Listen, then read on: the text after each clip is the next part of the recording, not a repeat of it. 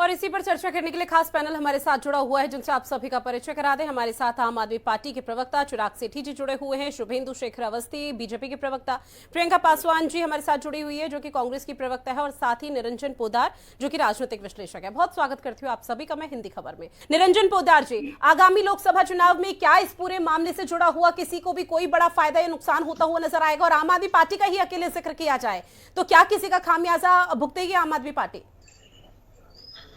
देखिए ऋतु जी, निश्चित रूप से जिसको कहते हैं ना कि आदमी के स्वयं के जो किए हुए होते हैं, कहा जाता है ना कि जब बोया पेड़ बुलबुल का तो आम कहाँ से खाए। राजनीति के अंदर कौन ईमानदार है कौन बेईमान है, और मेरा तो ये मानना है कि हमाम के अंदर सब निवस्त्र हैं। आप इस चीज को मान के चलिए, लेकिन वास्तविकता जानती हैं क्या है कि हर चीज की कुछ सीमाएं हैं। अब मुझे एक बात बताइए, अरविंद केजरीवाल जी के अलावा मुझे एक नेता का नाम बताइए जो किसी प्रदेश का मुख्यमंत्री हो और जो प्रधानमंत्री को, यानी कि भारत के पदस्थ प्रधानमंत्री को ये कहे कि ये मानसिक रोगी है, इसको जो है पागल खाने में भेज देना चाहिए, ये इसकी डिग्री फेल है, ये चौथी पास राजा है। जिस तरीके से विधानसभा के पटल के ऊपर जिस तरीके की बातें करेगी, क्या कभी कोई इतनी बदतमीजी देखी है आपने किसी नेता की?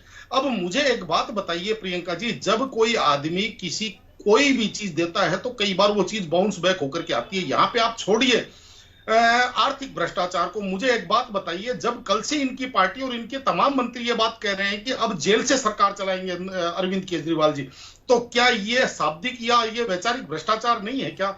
आर्थिक भ्रष्टाचार को तो आपने और हमने नहीं देखा, लेकिन आज तक के 75 वर्ष के हिंदुस्तान के आजाद इतिहास के अंदर कितने मुख्यमंत्री ऐसे हैं जिनके ऊपर आरोप लगा और जो जेल भी गए और सब इस्तीफा दे करके और उसके बाद में जेल गए। लेकिन पहला ऐसा मुख्यमंत्री देश का जो ये कहता था हम राजनीति बदलने के लिए आए हैं, और जब भी किसी के ऊपर सार्वजनिक जीवन के अंदर आरोप लगे तो उसको तत्काल पर उसको इस्तीफा दें या उसको बर्खास्त करें और उसके बाद में उसकी जांच करवाएं।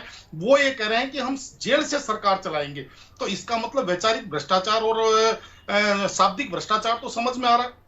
रही बात यहां लोकतंत्र की बात चल रही है, देखिए अभी कांग्रेस की प्रवक्ता भी बोल रही थी रितु जी, मैं एक बार आपको बताना चाह रहा हूं, एक बार वो फाइल जो आबकारी नीति जिसके अंदर अरविंद केजरीवाल जी जेल गए हैं, उस फाइल को निकलवाइए। उसका विसिल ब्लोअर कौन है? उसका कंप्लेंटर तो अनिल चौधरी जी हैं। उस फाइल को तैयार करने वाले तो अजय माकन जी हैं।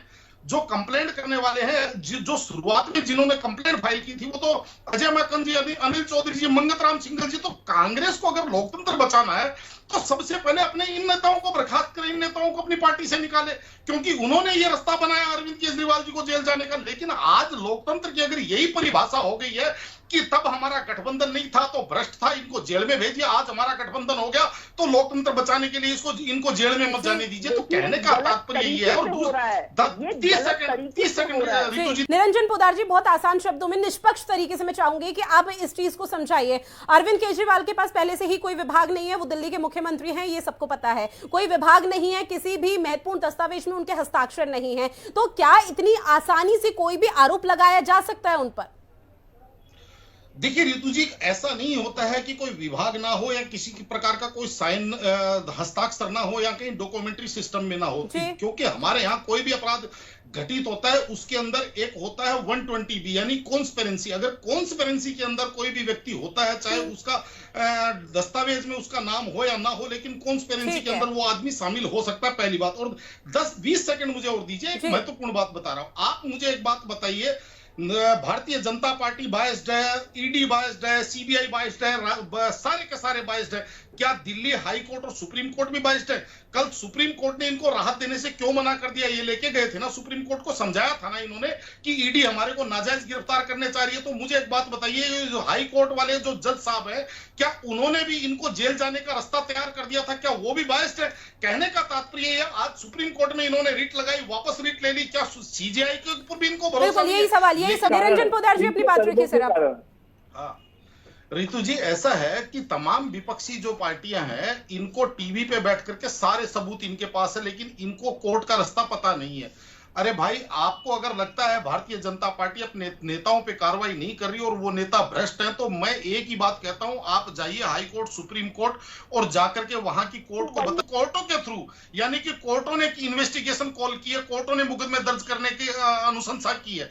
तो आप मुझे या तो आप ये कह दीजिए कोर्टें भी बायस्ड हैं, यानी कि हाई कोर्ट और सुप्रीम कोर्ट के जज भी बायस्ड हैं, या तो जब आप ये बात कह देंगे तो हम आपकी सारी बात मान लेंगे। लेकिन वास्तविकता जानते हैं क्या? वास्तविकता ये है, केवल टीवी पे बैठ करके जैसे 2014 से 2013 से पहले अरविंद केजरीवाल जी हर एक आदमी को भ्रष्टाचार का सर्टिफिकेट बांटते फिरते थे, शीला जी भ्रष्ट, फलाना जी भ्रष्ट, जो 26 लोगों की फोटो लगाई थी जंतर मंतर के ऊपर, ये सारे के सारे भ्रष्ट नेता हैं, इनको तत्काल गिरफ्तार किया जाए। अगर उसी तरीके से शासन चलाना है, उसी तरीके को अगर आप ये मानते हैं कि कॉन्स्टिट्यूशन वो ठीक है जहां अरविंद केजरीवाल जी जिसको कहें उसको भ्रष्ट मान करके अंदर भेज दो, जिसको केजरीवाल जी कहे उसको सही मान करके उसको खुला छोड़ दो, तब तो देखिए न्याय व्यवस्था है सही। और लेकिन अगर सर जो देखिए, न्याय सत्ता से व्यवस्था सवाल उठेंगे तो जाहिर तौर पर विपक्ष भी सवाल उठाए। खैर, आप सभी मेहमान हमारे साथ जुड़े, इस महत्वपूर्ण विषय पर चर्चा की, उसके लिए आप सभी का बहुत शुक्रिया।